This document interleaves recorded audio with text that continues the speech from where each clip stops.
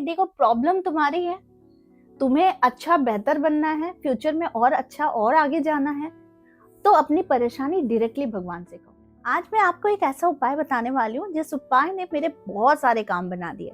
यहाँ तक कि मेरे बहुत सारे क्लाइंट्स होते हैं जिनको मैं कुछ ना कुछ उपाय कराते रहती हूँ, और उनके जब रिजल्ट्स बहुत अच्छे आते हैं तो फिर मैं आके शेयर करती हूँ।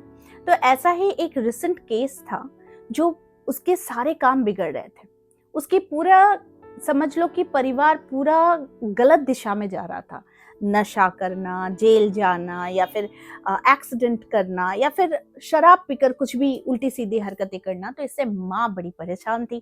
तो ऐसे में परेशान होकर बेचारी मेरे पास आई थी। तो मैंने पूरे अच्छे तरीके से कुंडली का विश्लेषण किया और मुझे समझ में आया कि ये भाई अभी ये ऐसी अंतर्दशा से चल रहा है जो इसके पक्ष पे नहीं है, विपक्ष पे काम कर रहा है। तो ऐसे में ये वही काम कराएगा। अंतर्दशा जिस ग्रह की चल रही है, जब उसका कुप्रभाव आता है, उस ग्रह का कैरेक्टर वो जातक में आता है और वो जातक ठीक उसी तरीके से व्यवहार करने लगता है। तो ऐसे में माँ परेशान होकर मेरे पास आई थी। तो मैं हमेशा कहती हूँ कि मैं ट्रीटमेंट ऐसा करती हूँ, और जो कि है रत्नों से, मंत्रों से और पूजा पाठ के माध्यम से। कुछ दान कराती हूँ और कुछ हवन कराती हूँ। मैंने इनका उपचार करना शुरू किया तो मुझे दिख गया कि भाई इसका ये अंतर्दशा चल रहा है। अब तक इसने जो भी बिगाड़ा है, चलो ठीक है, वो बिगड़ गया है अनजाने में ही सही, लेकिन इसकी माँ को अचानक से ख्याल आया कि भाई एस्ट्रोलॉजिकल गाइडेंस लेना चाहिए, तो वो मेरे पास आई। मैंने उन्हें रेमेडीज के तौर पर सिर्फ ये छोटा सा मैंने उन्हें एक कार्य करने के लिए कहा था, क्योंकि मुझे पता था कि ये लोग पूजा पाठ ज्यादा करेंगे नहीं, क्योंकि एक तो कुप्रभाव से ग्रसित है जिस अंतर्दशा से ये बंदा गुजर रहा है, और दूसरा है कि उसमें वो पेशेंस लेवल ही नहीं रहेगा कि वो बैठकर पूजा करे। लेकिन हाँ, अगर मैं हफ्ते का एक दिन का कार्य इसको दे दूं तो ये जरूर करेगा। रत्न अगर धारण करवा दूं तो ये जरूर रत्न धारण कर लेगा, और इसका अगर पाठ हवन करवा दे तो ये कर लेगा। लेकिन इसे बैठकर एक जगह अगर 1 घंटा या आधा घंटा बैठकर इसे पूजा करने को बोलो तो ये नहीं करेगा। तो ऐसे में मैंने इसे सिर्फ एक छोटा सा उपाय बताया, एंड बिलीव मी, उसका जो अंतर्दशा का सफर चलने वाला था वो 2 साल का था, और वो 1 साल ऑलरेडी उसने बर्बाद कर लिए थे, और 1 साल उसको और बिताना था। तो ये उसके लिए बड़ा टफ था, जहां तक मुझे दिख रहा था। 3 से 4 महीने के अंदर उसकी स्थिति ऐसी बदली कि आने वाले जो उसका 8 महीना गुजरा उसे पता ही नहीं चला। और वो उपाय क्या था? वो उपाय था ईश्वर के कानों में जाकर अपनी परेशानी बोलो। तो ईश्वर के कानों में जाकर, कौन से ईश्वर के कानों में जाकर बोले? मैंने पहले उसे बोला कि भाई आप अगर किसी मंदिर में जाते हो, ये सप्ताह का चुनाव कर लो, या तो शनिवार नहीं तो मंगलवार, नहीं तो आप किसी भी दिन चले जाओ। वहां पर आपको नंदी जी बैठे हुए दिखते हैं। नंदी जी का, आपको जो है ना, नंदी जी का दाहिना कान बंद कर दो, बाएं कान में बोलो, अपनी विश बोलो। ये नंदी जी के कानों में आपको बोलना है।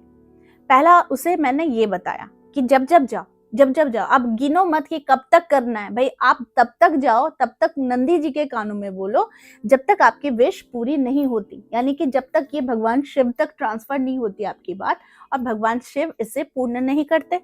तो मैंने उससे पहले बोला कि नंदी के कानों में आपको बोलना है। दूसरा मैंने उसे उपाय दिया कि जब भी किसी मूर्ति के समक्ष जाओ, भगवान हनुमान का कोई स्टैचू दिखा, माता लक्ष्मी, माँ दुर्गा, इस तरीके के अगर कोई स्टैचूज दिखते हैं आपको मंदिर में और आपको छूना अलाउड है, अगर छूना अलाउड है, क्योंकि मोस्टली अलाउड नहीं होता है देवी को छूना, लेकिन फिर भी आपको अगर कहीं भी दिख जाए, पेड़ के नीचे भी अगर किसी ने भगवान हनुमान को स्थापित किया है, शिवलिंग को स्थापित किया है, तो वहां सिर्फ और सिर्फ आपको ये उपाय करना है कि इस प्रकार से अपनी समस्या उन्हें कहनी है, ईश्वर के कानों में कहनी है। आपकी जो भी समस्या है, अब आपकी समस्या क्या है ये आपको पता है। जॉब नहीं मिल रहा है, या फिर आपकी शादी नहीं हो रही है, या फिर आपके जीवन में कहीं से कोई कार्य आपका बाधित हो गया, व्यापार नहीं चल रहा है, कुछ भी, व्हाटएवर, बच्चे के लिए कोशिश करना चाहते हैं, अपने भाई बहन को सुधारना चाहते हैं, ऐसा अगर है तो भी आपकी जो भी विश है, आप ईश्वर के कानों में जाकर, आपका बिगड़ा हर कार्य बन जाएगा।